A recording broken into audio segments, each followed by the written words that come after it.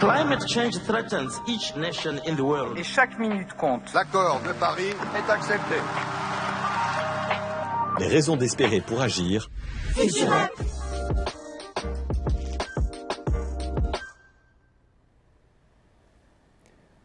Bonjour, je suis Armand Chevalier et je suis ravi de vous retrouver ce matin pour une discussion autour des nouvelles formes du commerce. Alors, vous commencez à le savoir, le mot d'ordre de cette discussion, c'est FutureUp. Concomitamment au COP sur le climat, Kia, en tant que conseil en direction générale et entreprise à mission, décide de prendre la parole sur un certain nombre de thématiques d'intérêt pour les dirigeants pour imaginer comment on peut intégrer l'impératif RSE au cœur des entreprises, et ce, de façon de plus en plus rapide et de plus en plus profonde. Alors, une première chose, c'est une mauvaise nouvelle, c'est qu'on arrive au terme de cette série de 10 webinars, dont je vous rappelle les grands contenus à l'écran, qui ont été très riches, très intéressants, fruits du travail de Kia, d'invités et de discussions des participants. La bonne nouvelle, c'est que vous allez pouvoir retrouver l'ensemble de ces contenus en replay vidéo et audio sur le site de Kia, donc n'hésitez pas, c'est une matière très riche. Alors, je vais me présenter en deux mots. Je suis directeur chez Kia dans les équipes retail et distribution. Donc, au quotidien, j'ai l'occasion de travailler avec des dirigeants et des équipes de retailers, de distributeurs qui réfléchissent sur leur stratégie, sur leur modèle opérationnel et comment le RSE vient s'intégrer dedans pour créer une nouvelle forme de valeur. Et donc c'est ce ping-pong permanent qui, moi, m'anime et qui m'enthousiasme sur la réflexion autour de ces nouvelles formes de commerce. Alors j'ai, par les miracles de la technique, avec moi Stéphane Bello. Bonjour Stéphane. Bonjour Armand. Alors, bonjour à tous. C'est un grand plaisir d'avoir Stéphane avec nous. Vous allez voir, c'est une personne très riche par son parcours, par ce qu'il fait chez Electrodépôt. Alors, juste un mot peut-être sur Electrodépôt. On a choisi cette enseigne qui est une enseigne leader dans la distribution de l'équipement de la maison, en fait, l'électroménager, le multimédia. Donc, une enseigne qui est aussi sur un segment de marché, on va dire, accessible, hein. Et qui, en fait, qui n'est pas née non plus au moment de la prise de conscience écologique. C'est une enseigne qui a déjà quelques années au compteur.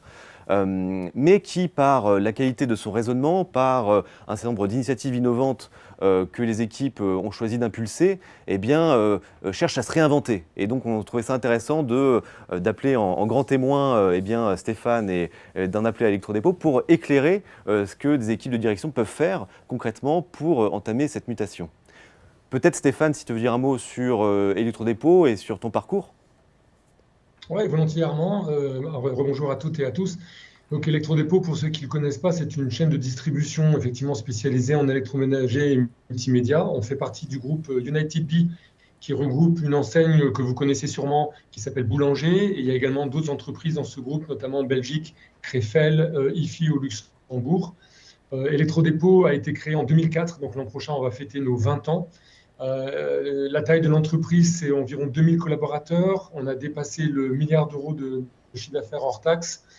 C'est un chiffre d'affaires qu'on réalise à travers 115 magasins aujourd'hui, principalement en France, 97 magasins, mais aussi en Belgique, 13 et 5 en Espagne.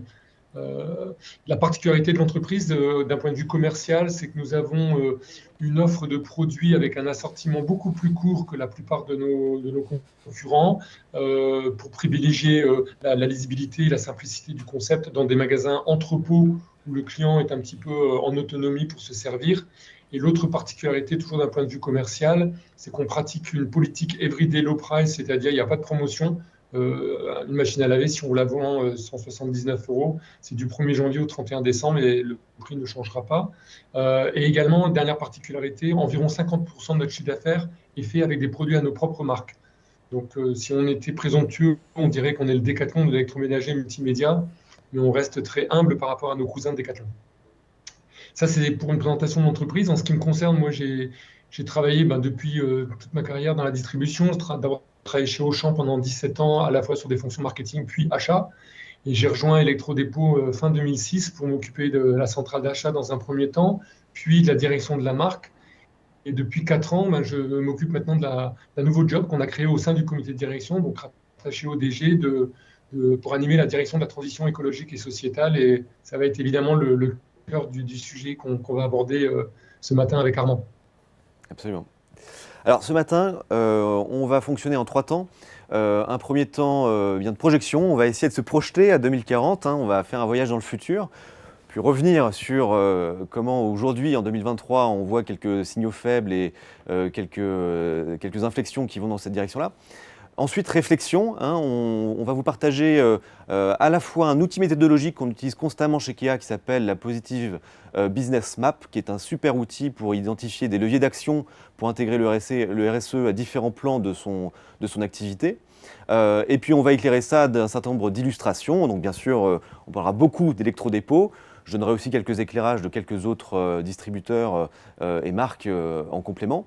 Et enfin, eh bien, on vous propose de passer à l'action, en tout cas de poser les questions pour se préparer à cela et considérer que voilà, le futur s'écrit dès à présent. Alors, projection.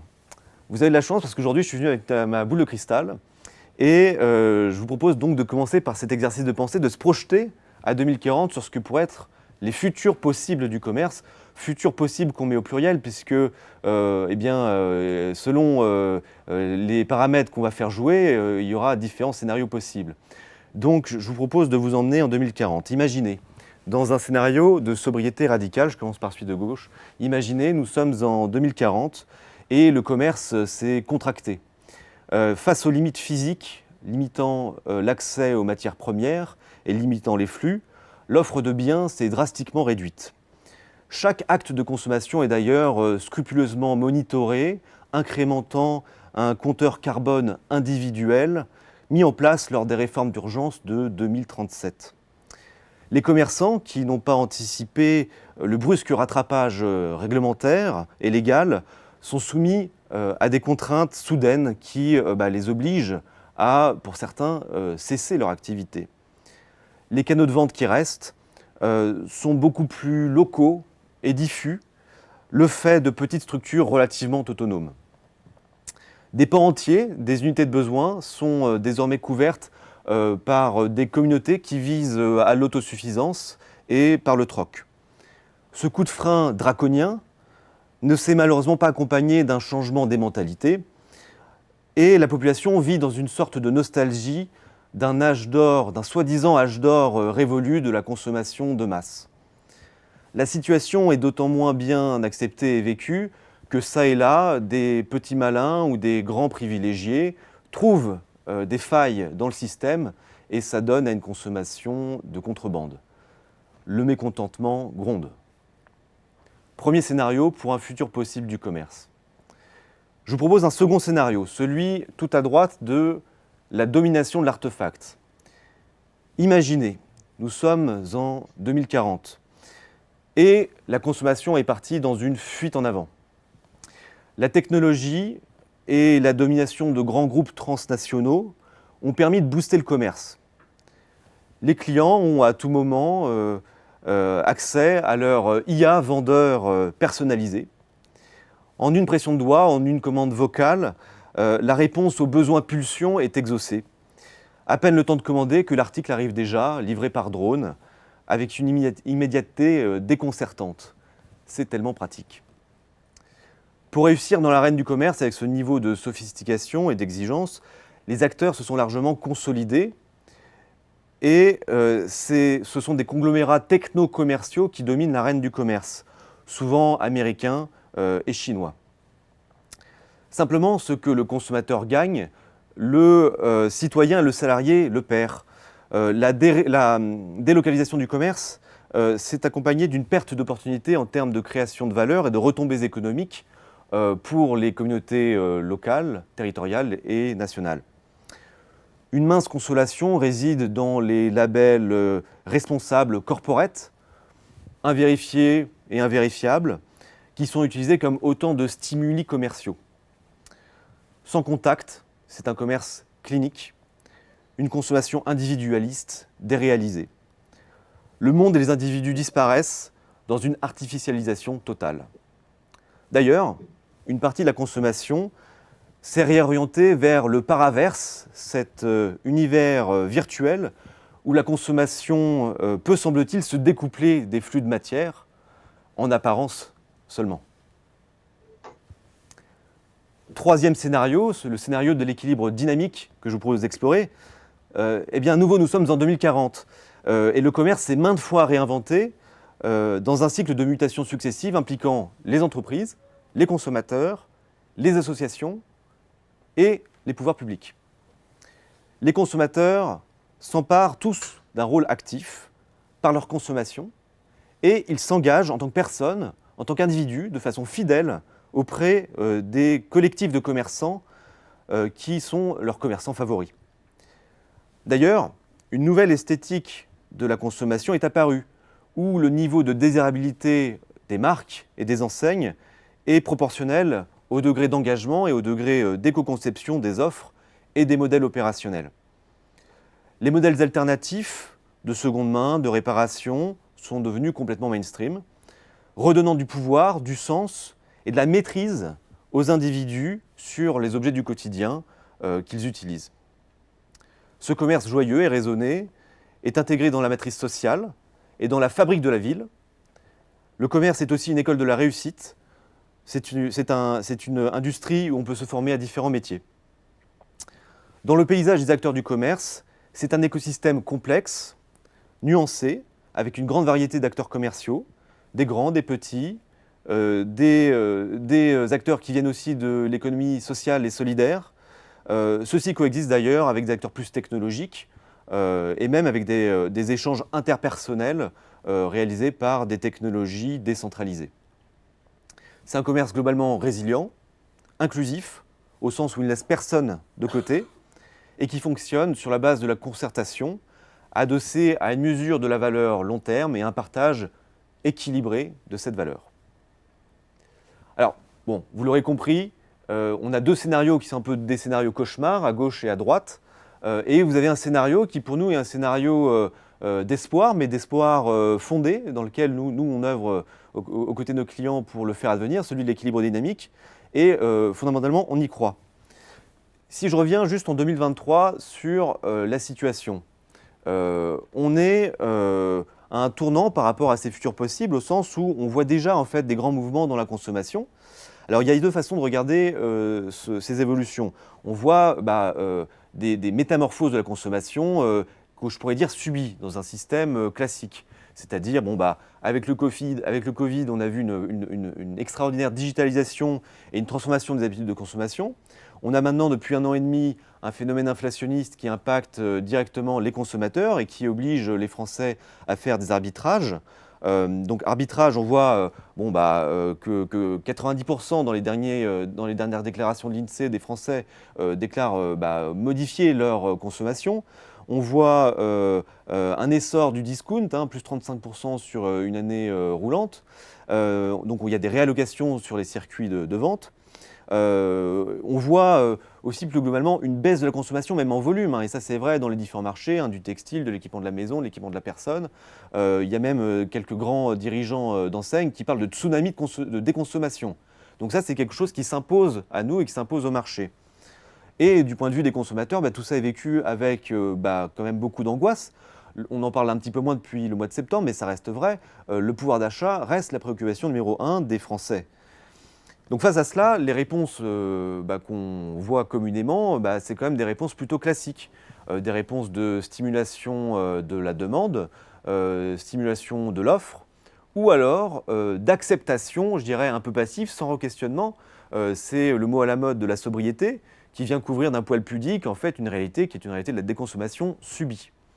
Donc ça c'est une façon de lire la situation actuelle qui est en chaussant des lunettes plutôt classiques. Il y a aussi une autre façon de la regarder, ce phénomène actuel. Parce qu'en filigrane, il y a une transformation de cette consommation qui est plus discrète, plus ténue, mais on voit quand même que les Français re-questionnent leur rapport à la consommation de façon assez massive. À nouveau, lorsqu'on regarde un peu les chiffres, on voit que 90% des Français essayent au quotidien de limiter leur impact environnemental. Donc presque 50% estiment faire des efforts conséquents, donc des vrais arbitrages. Donc c'est une inflexion dans la façon dont en tant que consommateur, je projette ma consommation. c'est aussi une inflexion dans la façon dont je lis la valeur. On le voit lorsqu'on s'intéresse non plus aux consommateurs, mais plutôt aux collaborateurs. On voit que lorsqu'on pose la question, et notamment aux plus jeunes de nos collaborateurs, hein, les 18-40 ans, mettons, que 20% d'entre eux déclarent faire des arbitrages où je vais chercher moins de salaire, moins de retombées monétaires et plus de sens. Donc la valeur, elle est aussi pour les collaborateurs. Donc il y a un regard sur ce qu'est la valeur et la façon dont je vais en profiter en tant que salarié, en tant que collaborateur et en tant que consommateur, qui est vraiment en train de shifter. Cette approche, je dirais, par le bas de la pyramide, enfin par les individus, elle est complétée par une approche théorique qui est renouvelée. Donc on n'est pas allé chercher Pierre Rabhi, on n'est pas allé chercher Serge Latouche, on n'est même pas allé chercher Timothée Paric, on vous a proposé Jacques Attali. Donc Jacques Attali qui, en fait, dans un de ses écrits récents sur l'économie de la vie, oppose l'économie de la vie, l'économie de la mort, et parle de l'intérêt qu'ont les sociétés développées à aller chercher non pas une décroissance au global du système économique, mais au contraire une croissance extrêmement rapide de cette économie de la vie. Donc l'économie de la vie, c'est, je dirais, enfin c'est pas moi qui le dis, c'est Jacques Attali, hein, c'est la nourriture saine, c'est le renouvelable, c'est la sécurité, c'est la formation. Donc en fait, il y a un cadre théorique pensé par des économistes, des sociologues, qui vient donner de la puissance et alimenter ensuite des preneurs de décision, des dirigeants, sur comment repenser la création de valeur au sein des entreprises. Donc notre point là-dessus et notre conviction chez Kia, c'est qu'on est vraiment non pas dans une oscillation dans un système classique, hein, avec baisse de la consommation, hausse de la consommation, mais vraiment sur une transformation du modèle où les consommateurs sont prêts et où les entreprises ont un boulevard pour aller lancer des initiatives innovantes autour d'une nouvelle forme de valeur. Alors les entreprises, on va parler ce matin plutôt des distributeurs, et je vous propose même de parler de distributeurs qui sont en première ligne de ces mouvements, qui sont les distributeurs de l'entrée et du milieu de gamme. Parce qu'en fait, c'est vraiment là que se joue cette tension entre fin du monde, fin du mois, comment concilier les deux. D'ailleurs, c'est un paradoxe qui est un faux paradoxe, hein, mais en tout cas, c'est un endroit, ces enseignes, où la création de valeur est vraiment cruciale, parce que c'est un endroit où les niveaux de marge nécessitent d'être agiles, d'être dans la finesse, et en même temps nécessitent de se projeter sur le futur. Donc on voit que ces enseignes, elles ont des points d'appui, hein, naturellement, donc elles ont cette fameuse clientèle. En fait, quand on est entrée milieu de gamme aujourd'hui en France, on touche tous les Français. On touche tous les Français. On touchait déjà tous les Français, et avec ce phénomène inflationniste qui fait qu'il y a une réallocation des arbitrages, et même, je dirais, une nouvelle approche à la consommation, où je dirais même des CSP favorisés, CSP+, sont sensibles au bon plan, sont sensibles aux bonnes affaires. Aujourd'hui, il y a vraiment une démocratisation de la recherche du prix juste, de la valeur juste, je dirais. Même pas le prix juste, la valeur juste. Donc il y a quelque chose là-dessus où ces enseignes sont en prise directe avec ces éléments-là. D'ailleurs, on en parlait un peu plus tard qu'il y a 5 minutes avec Stéphane. Il y a un autre élément, c'est que ces enseignes sont souvent, Electrodépôt, c'est 115 magasins. D'autres réseaux sont aussi, voire plus ramifiés. Donc il y a un ancrage local et territorial qui est très fort. Et on verra que la subsidiarité, donc la capacité à prendre des décisions au plus près du terrain, que ce soit au niveau des entreprises, au niveau du dialogue avec les pouvoirs publics et les associations, est un levier clé de résilience. Donc là-dessus, ces enseignes-là ont quelque chose à dire et quelque chose à faire. Bien sûr, ces entreprises ont des actifs existants. Hein, si elles sont là, ce n'est pas par hasard. C'est qu'il y a une marque, une offre, un capital humain qu'elles peuvent faire jouer. Donc il y a vraiment des points d'appui. Et à côté de ça, bien sûr, il y a des défis. Il y a des défis parce que on n'est pas dans la théorie là. On est en train de mettre en place des arbitrages sur les modèles opérationnels, sur les offres, sur les stratégies. Donc il y a quand même des effets majeurs sur les organisations, sur les niveaux d'EBITDA, sur tout un tas de choses qui font la vie des entreprises. Il y a aussi parfois une forme de déconcertation, parfois il y a des formes de vallée du désespoir assez régulières. On se dit, mince, tiens, on a lancé telle initiative, et j'avais pas anticipé tel effet rebond, ou tiens, j'avais imaginé une efficience du recyclage ou du remploi de telle nature, mais je ne suis pas tout à fait à ce niveau-là. Donc il y a aussi des moments où on est un petit peu déçu. Donc il y a aussi des défis, je dirais, quand on est lancé dans cette dynamique-là. Donc d'où l'importance, on va en reparler, d'avoir une raison d'être, un cap, une ambition claire, parce que sans ça, le navire ne tient pas la mer. Et bien sûr, je le disais, il y a une équation économique à faire vivre, à faire tenir. Donc, dans quoi j'investis, à quel rythme j'investis, est-ce que je fais seul, Est-ce que je le fais en coopération, en coopétition avec d'autres acteurs? Enfin, tout ça est quand même quelque chose qui, pour les dirigeants, est parfois de l'ordre du dilemme. Donc voilà, nous on est convaincus que chez Kia, on peut, avec nos clients, faire bouger les choses. Et ce qu'on a fait en fait en dialoguant avec les dirigeants et en dialoguant aussi avec les chercheurs, c'est qu'on a mis au point une carte. Une carte, ce n'est pas la solution, on ne prétend pas avoir la solution, mais la carte permet de lister des gisements de solutions, des leviers. Donc on l'a appelée la Positive Business Map. Elle se lie en 3 niveaux, c'est-à-dire qu'on considère qu'il y a des leviers pour favoriser cette équation gagnante valeur, durabilité qui se joue au niveau de la stratégie. Donc là, on va parler de raison d'être, d'ambition, on va parler de façon de structurer la gouvernance en étant plus intégré à l'amont, à l'aval, à créer des écosystèmes intégrés. C'est une famille de leviers qui est très puissante au niveau de la stratégie. Il y a une famille de leviers qui sont de l'ordre de l'organisation, du modèle opérationnel, avec première chose, comment je mesure ça. Donc on est très sophistiqué sur la mesure de la valeur classique. Comment on vient compléter ça par des indicateurs complémentaires, RSE, Stéphane en dira un mot dans une minute. Il y a aussi comment je réorganise ma structure, mon organisation, mes modèles opérationnels, mes process.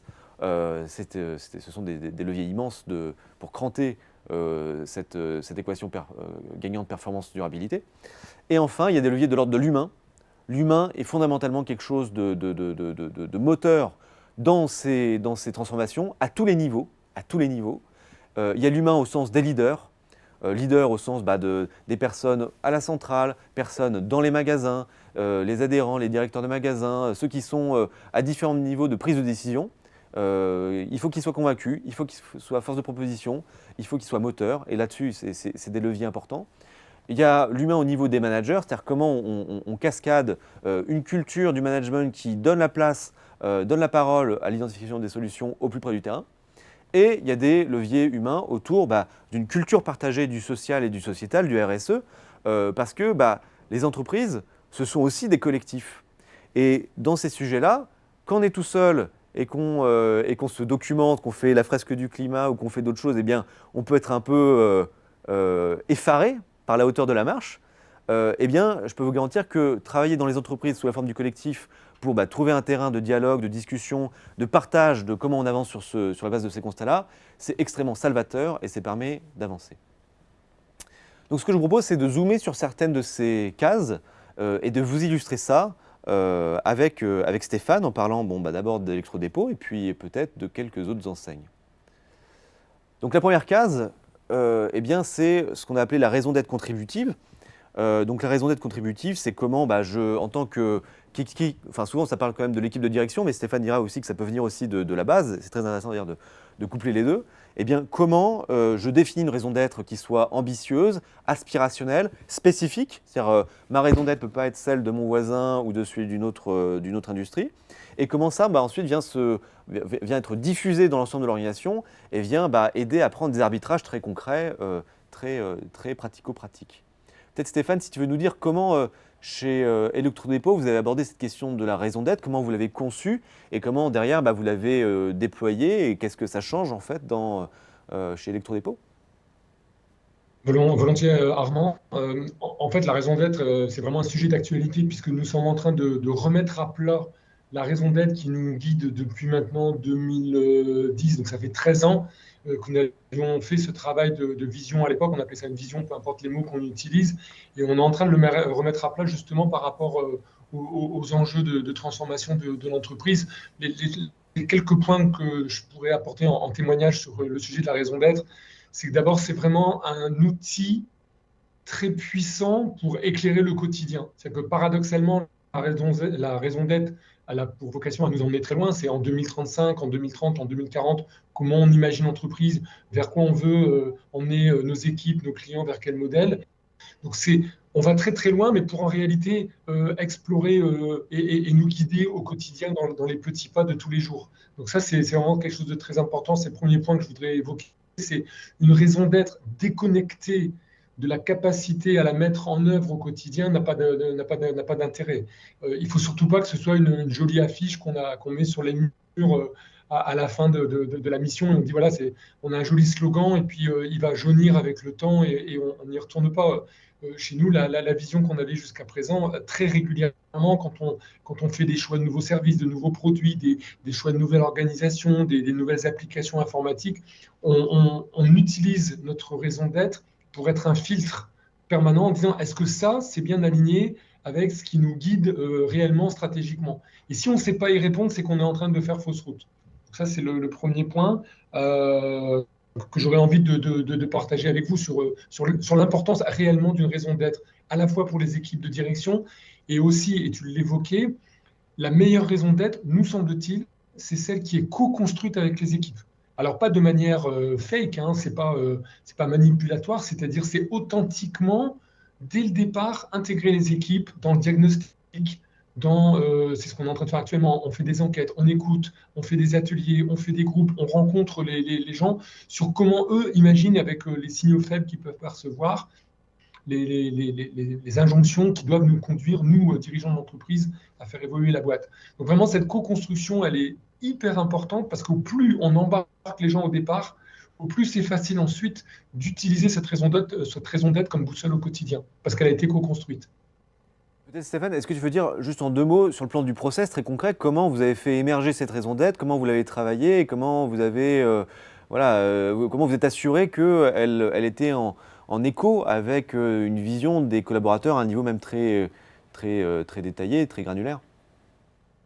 C'est des outils très concrets, hein. C'est-à-dire que ça passe à la fois par des enquêtes en ligne avec des questions fermées, des questions ouvertes qui s'adressent à 100% des collaborateurs. Donc même si je suis équipier à Clermont-Ferrand depuis 3 ans ou si je suis directeur financier dans la boîte depuis 15 ans, on va me poser les mêmes questions sur comment on perçoit aujourd'hui l'importance d'un certain nombre de points clés de l'entreprise, sur le prix, sur l'offre, sur le service, sur le management dans la boîte, sur la relation qu'on a avec le client.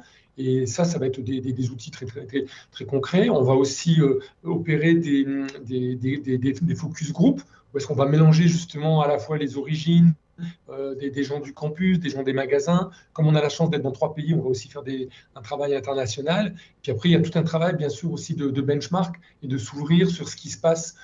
La première vision qu'on avait fait, on avait passé 3 jours à Londres à visiter tout plein de nouveaux commerces ou d'anciens commerces en train de se transformer, qui nous avaient également beaucoup inspiré. Ouais, la raison d'être, c'est vraiment quelque chose qui fixe le cap et qui donne la vision longue et qui ensuite permet d'être piloté en tant qu'outil vraiment de gouvernance. Il y a d'autres exemples là, qu'on pourrait citer. Donc, j'ai mentionné Biocop, qui est une entreprise assez iconique de comment une raison d'être incarne vraiment un combat d'enseigne, hein, et ce combat d'enseigne, il vient fédérer toutes les équipes, les collaborateurs et les consommateurs. Donc Biocop, c'est bien sûr développer l'agriculture biologique dans un esprit d'équité et de coopération. D'ailleurs, je vous invite à, si vous avez quelques minutes, regarder le livre que Pierrick Deronne, là, qui quitte la présidence de Biocop, a fait paraître à la rentrée et qui raconte comment cette raison d'être a été construite et comment elle irrigue tout un tas de décisions. Et on y retrouve vraiment comment, au prisme de cette raison d'être, ça fait renoncer à certains marchés. Par exemple, un détail un peu anecdotique mais quand même symbolique, les bouteilles d'eau en plastique pour la consommation, les bouteilles d'eau en plastique pour la consommation quotidienne, c'est quelque chose auquel on se refuse d'aller. Voilà, il y a un marché. On se l'interdit parce que c'est par accord avec la raison d'être. On fait d'autres choses, mais ça, c'est non. La façon dont on organise sa gouvernance, donc la façon dont on s'organise, donc le lien avec la coopération, évidemment, ça découle de cette raison d'être. Les liens que ces enseignes, et celle-ci en particulier, a pu générer de longue date à l'amont avec leurs fournisseurs, ça vient aussi de cette logique de coopération et d'équité. Donc en fait, quelque part, ça vient commander, comme le disait Stéphane, des choses très très concrètes et très quotidiennes et qui font la singularité de l'enseigne. Cultura, c'est quelque chose de complètement autre, mais de tout aussi puissant, c'est diffuser la culture pour tous. Donc c'est vraiment quelque chose qui est autour donc, de la culture, du développement individuel, social et sociétal. Donc c'est vraiment apporter la culture à ceux qui en sont exclus, quelle qu'en soit la cause de l'exclusion. Donc ça, naturellement, derrière, ça découle sur des logiques d'offres, des logiques de services, du lien avec les associations. hein. Évidemment, quand on se dit ça, on ne peut pas imaginer le faire sans un recours et sans un appui avec les associations. Sur l'organisation interne, en fait, ça vient changer la façon dont on va se structurer en tant qu'équipe, la façon dont on va répartir les activités, la façon dont on va se donner des objectifs les uns les autres. Et ce qui est sûr, c'est que ça fédère une énergie et je suis convaincu que je sais que dans ces entreprises-là, eh bien, les collaborateurs ne se disent pas « je suis dans l'entreprise X ou Y ». C'est un vecteur de montée en puissance, d'alignement et d'embarquement des collaborateurs et de fidélisation qui est extrêmement puissant. Donc ça, quelque part, c'est le point de départ. Je pense que si on n'a pas ça, on a un peu du mal à avancer sur la suite. Après, il y a d'autres dimensions. Donc toujours sur le plan de la stratégie, il y a ce sujet de l'écosystème intégré, donc qui sont des leviers autour du lien non pas au sein de l'entreprise en tant que telle, mais comment elle s'inscrit dans une chaîne de valeur, voire maintenant dans un cycle de valeur, parce que la chaîne de valeur est une vision à nouveau encore assez classique, et l'économie régénératrice est plutôt autour de la notion d'écosystème.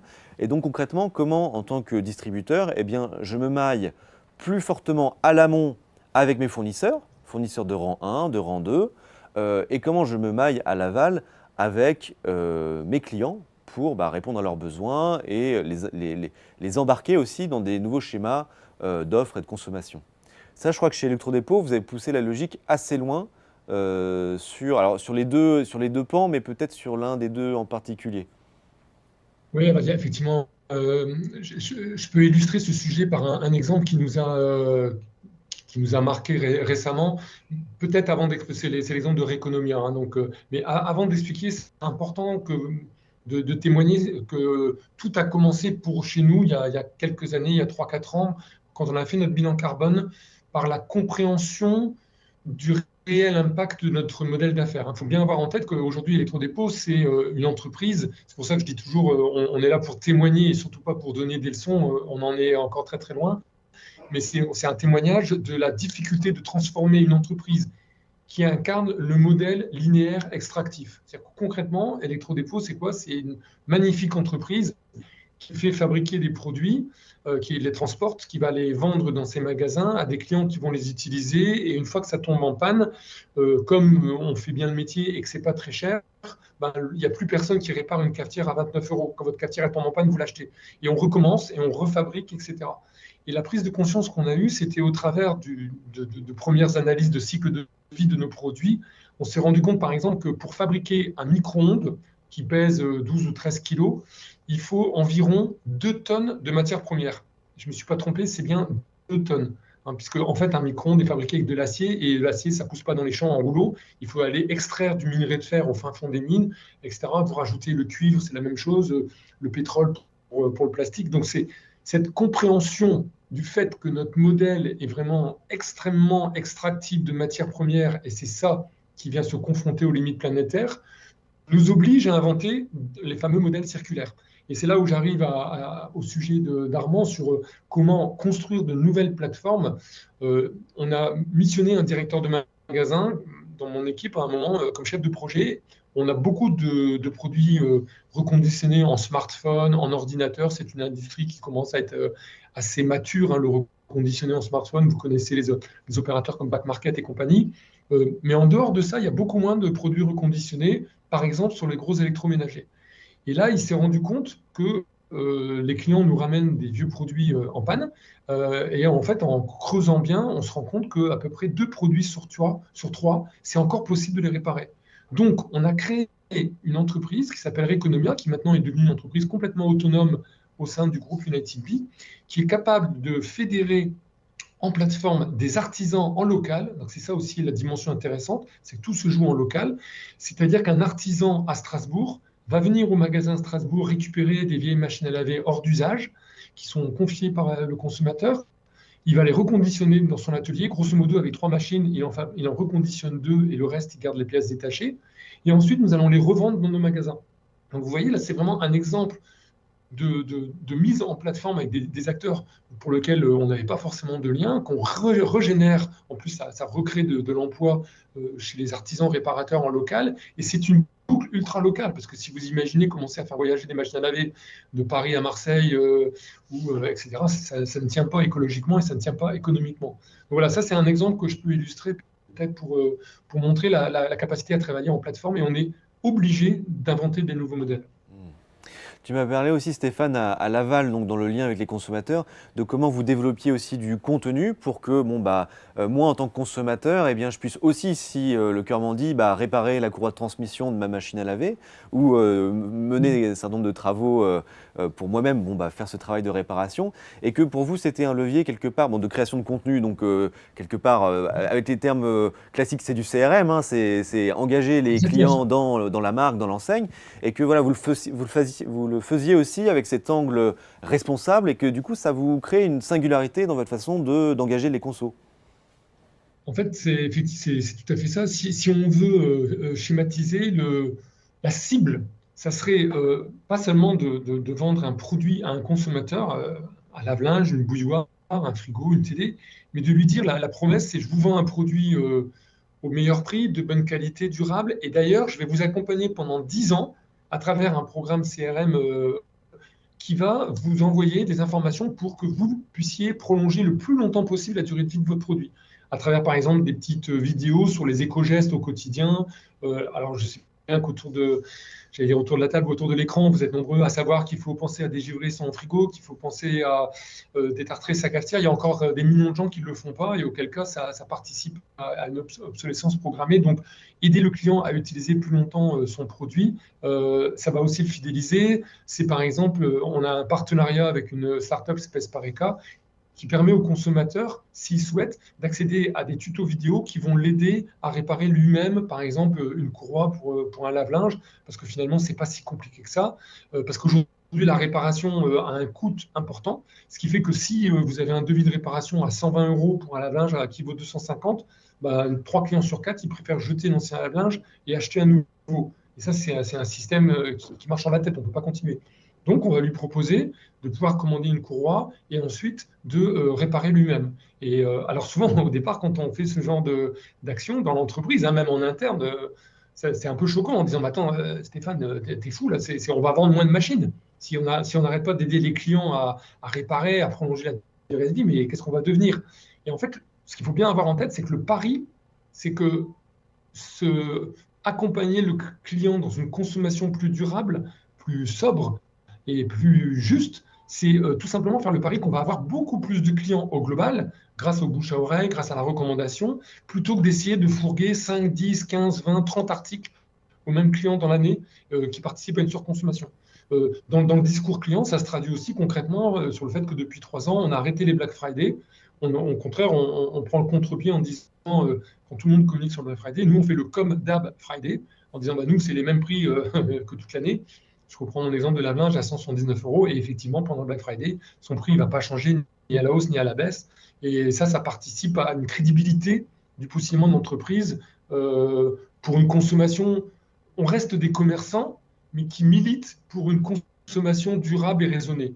Donc, on s'interdit, par exemple, et je terminerai là-dessus, dans la communication conso, on essaye de s'interdire d'utiliser des mots de type craquez pour, faites-vous plaisir, etc. Et tout, cette consommation un peu effrénée et déraisonnée, mais que par contre, si j'ai besoin d'un bon frigo, parce qu'aujourd'hui, il faut pouvoir conserver ses aliments au frais, on va vous apporter la solution qui va bien et on va vous accompagner dans la durée.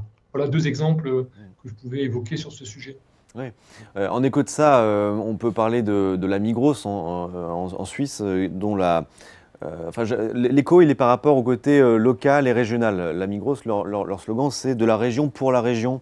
Donc il y a un côté très local, et eux, dans leur gouvernance partagée, ils ont cherché à intégrer aussi des consommateurs. Donc au conseil de surveillance de Migros, il y a donc des représentants des consommateurs qui peuvent présider à un certain nombre de décisions. Mais surtout, le côté local est en écho avec ce que tu disais, Stéphane, sur la viabilité du modèle que tu décrivais. Panzani, c'est plutôt en écho du sujet sur le long terme, en fait. Donc Panzani, qu'est-ce qu'ils ont fait? Ils s'engagent auprès de leurs agriculteurs, de leurs fournisseurs de blé dur, pour avoir des filières plus intégrés sur le sourcing de leur matière première principale, donc qui est le blé dur, dont le cours oscille de façon forte, et eux donc s'engagent auprès de leurs fournisseurs pour avoir un contrat à prix et aussi une démarche d'accompagnement de ces agriculteurs. Et là, c'est parier sur le temps long, parce que évidemment, en fonction des aléas du marché, il y a des moments dans les prochaines années où ce sera intéressant de plutôt se sourcer sur le marché spot, peut-être. Mais le contrat et la vision, c'est de se dire que la création de valeur, elle est forcément sur le temps long, sur le long terme, et que dans la durée, si le contrat est bien paramétré, je vais capter davantage de valeur parce que j'aurai sécurisé mes volumes, j'aurai sécurisé ma matière première par rapport à d'autres acteurs qui vont être beaucoup plus opportunistes dans leur traitement de l'amont. Alors si on poursuit, on peut passer à l'étage du dessous qui est comment ça se décline en modèle opérationnel et en organisation. Donc il y a une première case qui est importante qui est en fait les KPIs. On aime bien ça dans les entreprises, sans ça en fait on est aveugle et en fait ce qu'on ne mesure pas, on ne le gère pas en général, on dit ça. Donc à nouveau peut-être Stéphane sur ces questions des indicateurs, de comment vous les avez définis, de comment vous les utilisez et qu'est-ce que ça permet de prendre comme décision. Comment vous avez géré ça chez Electrodépôt? Alors effectivement, les fameux KPI qui sont indispensables, puisque dans le commerce, alors je ne sais pas s'il y a beaucoup de commerçants derrière l'écran ce matin, mais vous savez que les commerçants sont un peu des obsédés des KPI dans tous les sens, avec des granulométries, que ce soit dans le temps ou sur les rayons très très fins. On suit le chiffre d'affaires évidemment annuel, mensuel, hebdomadaire, journalier. Il n'y a pas longtemps, on suivait le chiffre d'affaires heure par heure et depuis quelques années, maintenant, on suit le chiffre d'affaires quart d'heure par quart d'heure. Alors, je suis d'accord avec vous, ça ne sert strictement à rien, mais c'est pour vous montrer un petit peu l'obsession du pilotage très court terme parfois du business. Plus sérieusement, dans les KPI, le premier KPI qui a été mis en place, le dernier, pardon, qui a été mis en place cette année, et c'est quelque chose de très important, justement dans ces reportings de chiffre d'affaires, on mesure maintenant désormais ce qu'on appelle le chiffre d'affaires durable. On a regroupé dedans toutes les activités circulaires, donc les produits reconditionnés, la location, les rachats de produits, etc. Donc le circulaire fait partie du chiffre d'affaires durable, et on y a rajouté les produits, puisque vous savez que nous vendons des produits en électroménager multimédia qui consomment de l'énergie, et il y a des classes énergétiques, par exemple en gros ménager, A, B, C, D, E, F. Donc ABC, c'est plutôt très économe en énergie et DEF, c'est beaucoup plus énergivore. Donc nous, on essaie de favoriser la vente des produits ABC, donc on l'intègre dans le chiffre d'affaires durable. Donc c'est une notion interne qu'on ne communique pas aux consommateurs, mais c'est suivi. Là aussi, comme je vous le disais, tous les mois, toutes les semaines, tous les jours, chaque magasin, chaque directeur connaît le poids de son chiffre d'affaires durable. Et en plus, c'est un indicateur qui commence à rentrer maintenant dans les évaluations de bonus à la fois des dirigeants et de plus en plus d'un grand nombre d'acteurs de l'entreprise en centrale d'achat ou en direction de magasin. Dans les KPI, il y a évidemment les enjeux de la mesure des impacts extra-financiers, donc à commencer par le fameux CO2.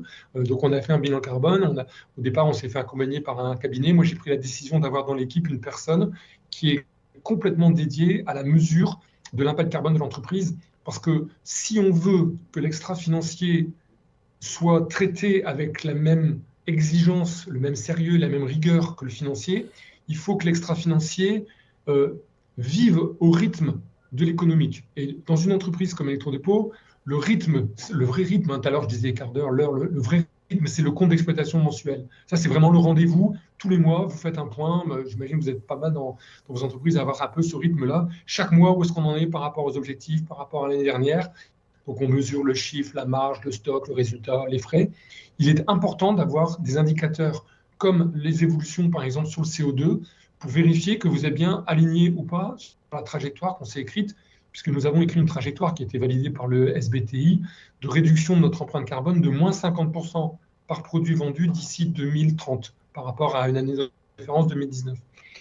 Et troisième et dernier élément que je voulais partager avec vous par rapport à ces notions de KPI et de mesure, je reviens toujours sur le CO2, c'est que si on ne donne pas une valeur au CO2, on n'arrive pas à basculer sur des décisions engageantes. Donc nous, on a pris une décision, c'est qu'on considère qu'une tonne de CO2, ça vaut 100 €.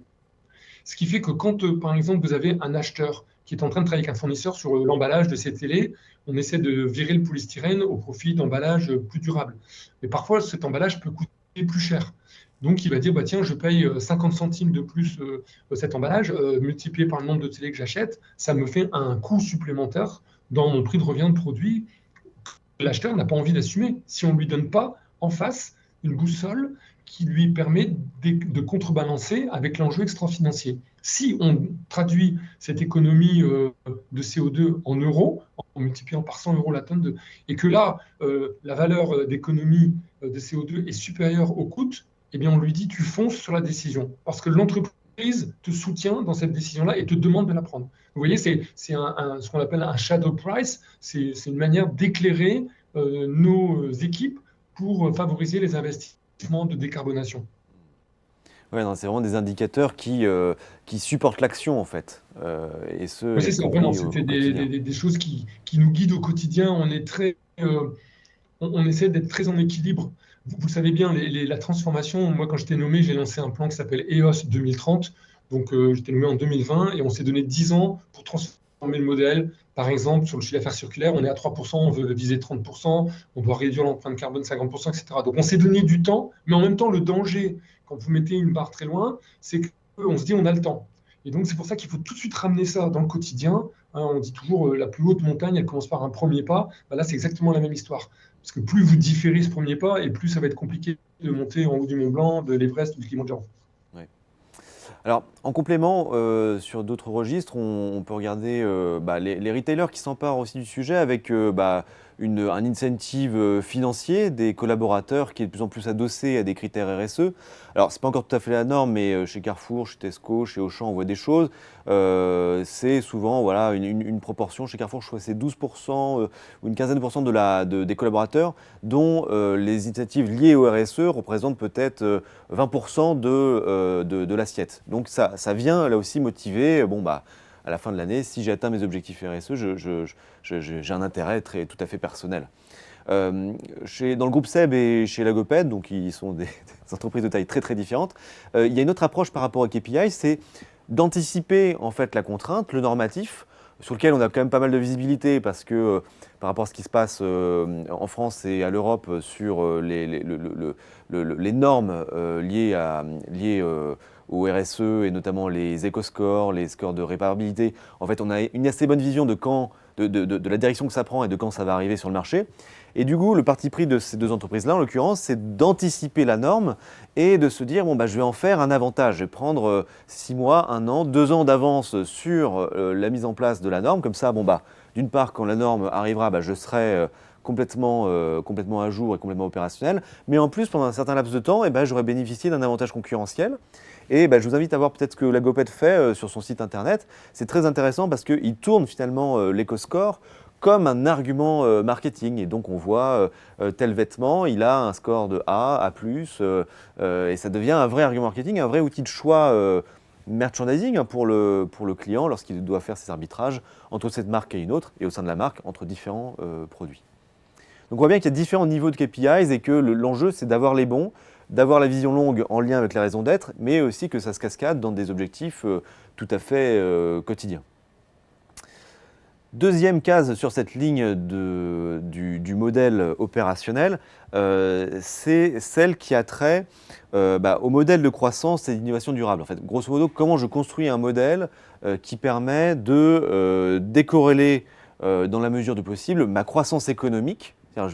J'ai besoin de croissance économique pour financer mes investissements sur le futur. Et en même temps, j'ai besoin de me découpler au maximum des flux matières, des flux de transport.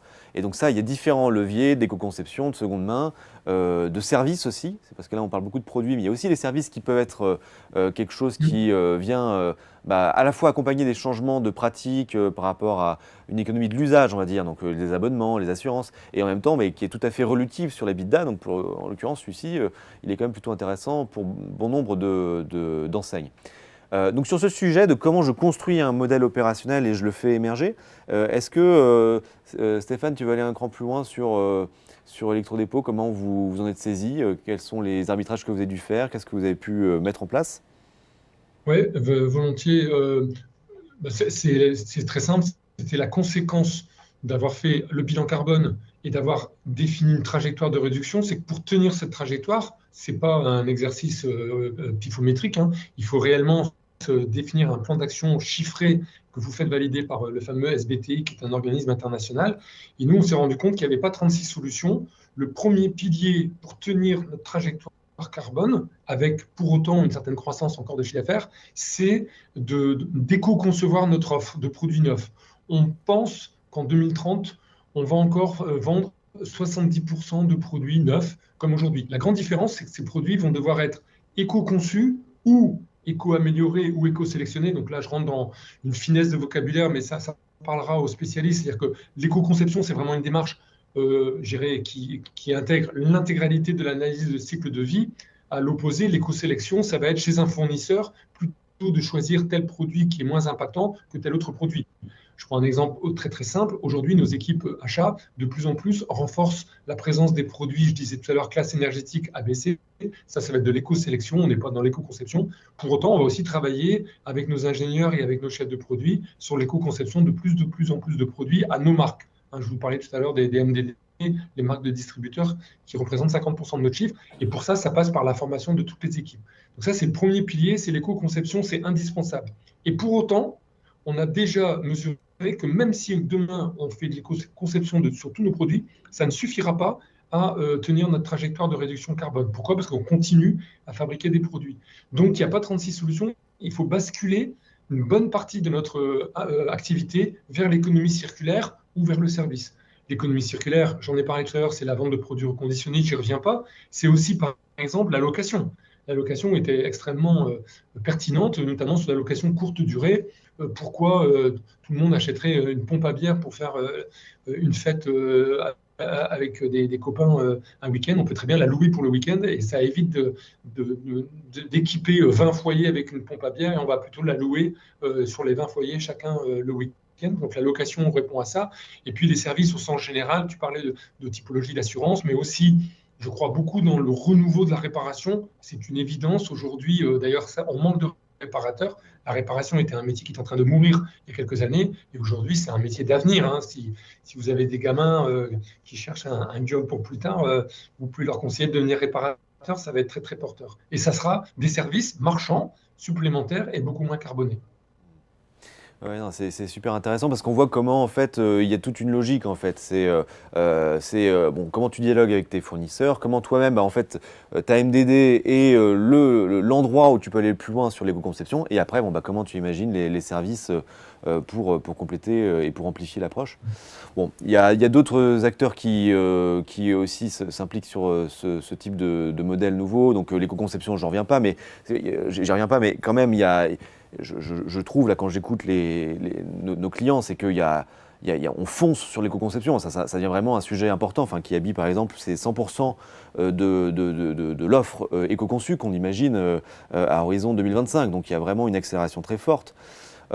Sur les niveaux de service, on ne va pas reparler de la seconde main, mais on voit que on a changé complètement de braquet. Je crois que le chiffre, c'est que sur l'équipement de la personne, c'est 3/4 des Français qui a recours à la seconde main. Donc ça devient quelque chose de colossal et qui est devenu plus du tout stigmatisant, au contraire plutôt ludique, plutôt amusant.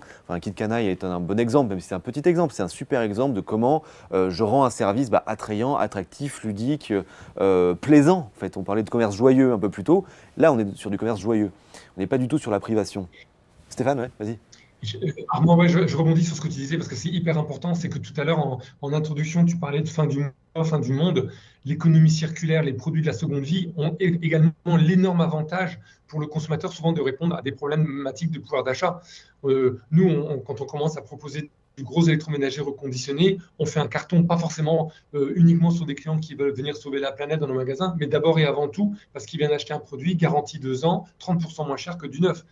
Donc l'entrée, elle est par la fin du mois, mais la sortie, elle est pour des produits plus compatibles avec les limites planétaires. Donc on a le double effet qui se coule.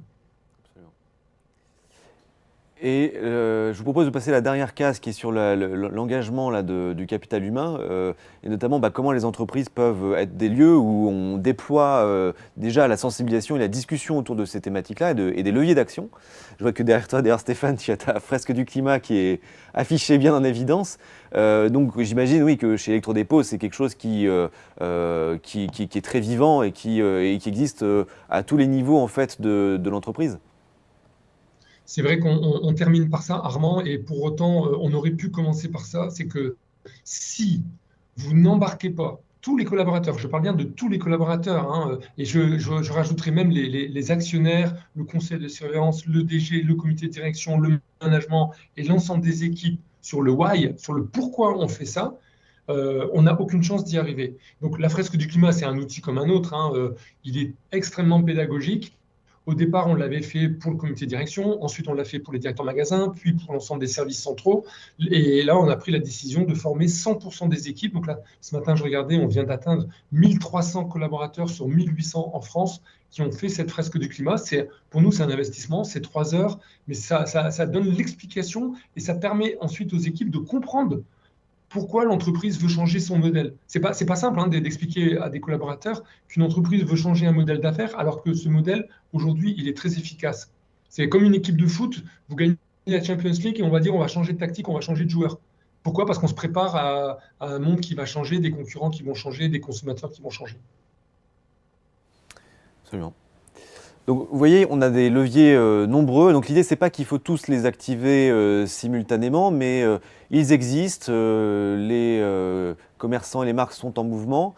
Et voilà, il y a vraiment de l'inspiration et de l'innovation à apporter sur ces sujets. Et encore une fois, dans une dynamique non pas de renoncement, mais au contraire plutôt de conquête, de déploiement, d'invention. Parce qu'il y a vraiment des choses extrêmement nouvelles à inventer autour de ça. Et donc c'est pour ça que nous, quand on en parle autour de nous et avec nos clients, en fait, on se challenge mutuellement sur le fait que voilà, c'est maintenant, il y a un boulevard, les consommateurs sont prêts, hein, je le disais plus tôt, là c'est une majorité des Français qui ont cette envie-là, les collaborateurs le demandent, donc les commerçants sont aussi dans cette invention et il y a vraiment une lame de fond, hein, que honnêtement à chaque fois que j'ai un petit doute, j'en reparle avec des clients et ça me booste.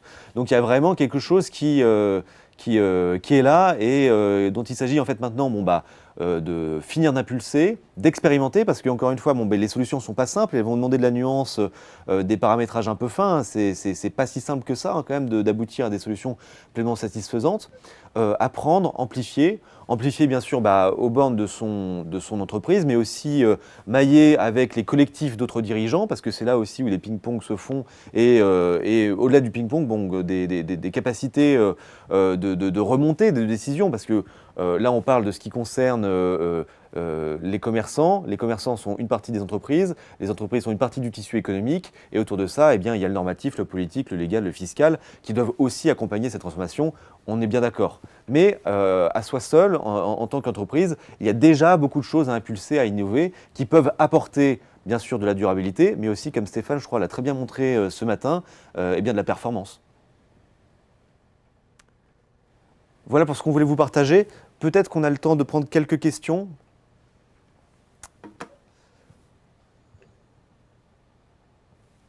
Alors, je lis la question. Donc, pensez-vous que les commerçants vont suffisamment vite et loin sur leur transformation responsable? Quels sont les principaux obstacles qui empêchent de proposer des produits durables à des prix accessibles? Je peux débuter la réponse et Stéphane, tu complètes? Ouais. Bon, donc, est-ce qu'on va assez loin? Est-on aujourd'hui au bon niveau? Sans doute pas, non. Est-ce qu'il y a des raisons d'espérer? Est-ce qu'il y a des leviers d'action? Je pense qu'on a fait la démonstration ce matin que oui, c'est le cas et que ça fourmille d'idées. Après, à nouveau, c'est un pilotage complexe. Enfin, il ne faut pas se raconter de blagues, on n'est pas en train d'écrire un roman d'anticipation quand on écrit une stratégie d'entreprise, on écrit notre futur, le futur de l'entreprise et le futur de notre société. Donc tout ça, ça ne peut pas se faire à l'emporte-pièce. Je dis ça parce que j'entends souvent des débats un peu binaires sur bio, pas bio, sur technosolutionniste ou anti-techno. La vérité, c'est qu'on a besoin de tous les leviers. La question pour être bien paramétré par rapport à ça, c'est d'avoir une ambition claire et de la piloter, je pense, y compris dans le chiffre. Je ne sais pas si Stéphane, tu veux compléter sur comment vous abordez ce niveau d'effort que... J'allais rebondir sur la même manière que toi. Si je devais rajouter un élément, au-delà de l'aspect, il faut avoir des objectifs calandés dans le temps, avec une granulométrie de la plus fine. Si vous dites juste, par exemple, on va faire moins 50% de carbone dans 10 ans, vous n'avez aucune chance d'y arriver. C'est comme si vous disiez, vous êtes dirigeant de votre boîte et vous dites, tiens, dans 10 ans, on va multiplier par 3 le chiffre d'affaires. Ok, et alors, mais qu'est-ce qu'on fait demain matin? Donc, il faut ramener cette ambition à des niveaux beaucoup plus fins en termes de temps et de granulométrie. Il faut descendre BU par BU, magasin par magasin, ligne de produit par ligne de produit. Et le dernier élément que je rajouterais, c'est qu'il faut avoir la conscience qu'on ne trouvera pas les solutions dans l'existant. Par exemple, les nouvelles boucles circulaires, c'est chacun d'entre nous doit les inventer, les créer. Je reprenais l'exemple d'Eric Onomia, c'est une création. Il faut avoir l'idée de monter et d'inventer des nouvelles boucles de solutions circulaires. Absolument. Je crois qu'on arrive au terme du webinar. Je vous remercie à tous pour votre attention. Un grand merci Stéphane d'avoir été parmi nous. Je pense que tu as à la fois sur le fond et sur l'énergie que tu impulses, c'était vraiment une grande chance de t'avoir ce matin. Ça donnait vraiment du concret et du vivant à cette réflexion. Merci pour l'invitation et j'espère que nos auditeurs trouveront de la matière pour alimenter leur réflexion dans leur entreprise. Voilà. Donc retrouvez-nous sur le site de Kea et n'oubliez pas, Future Up, c'est maintenant que ça se passe. Climate change threatens each nation in the world. Et chaque minute compte. L'accord de Paris est accepté. Les raisons d'espérer pour agir. Future Up.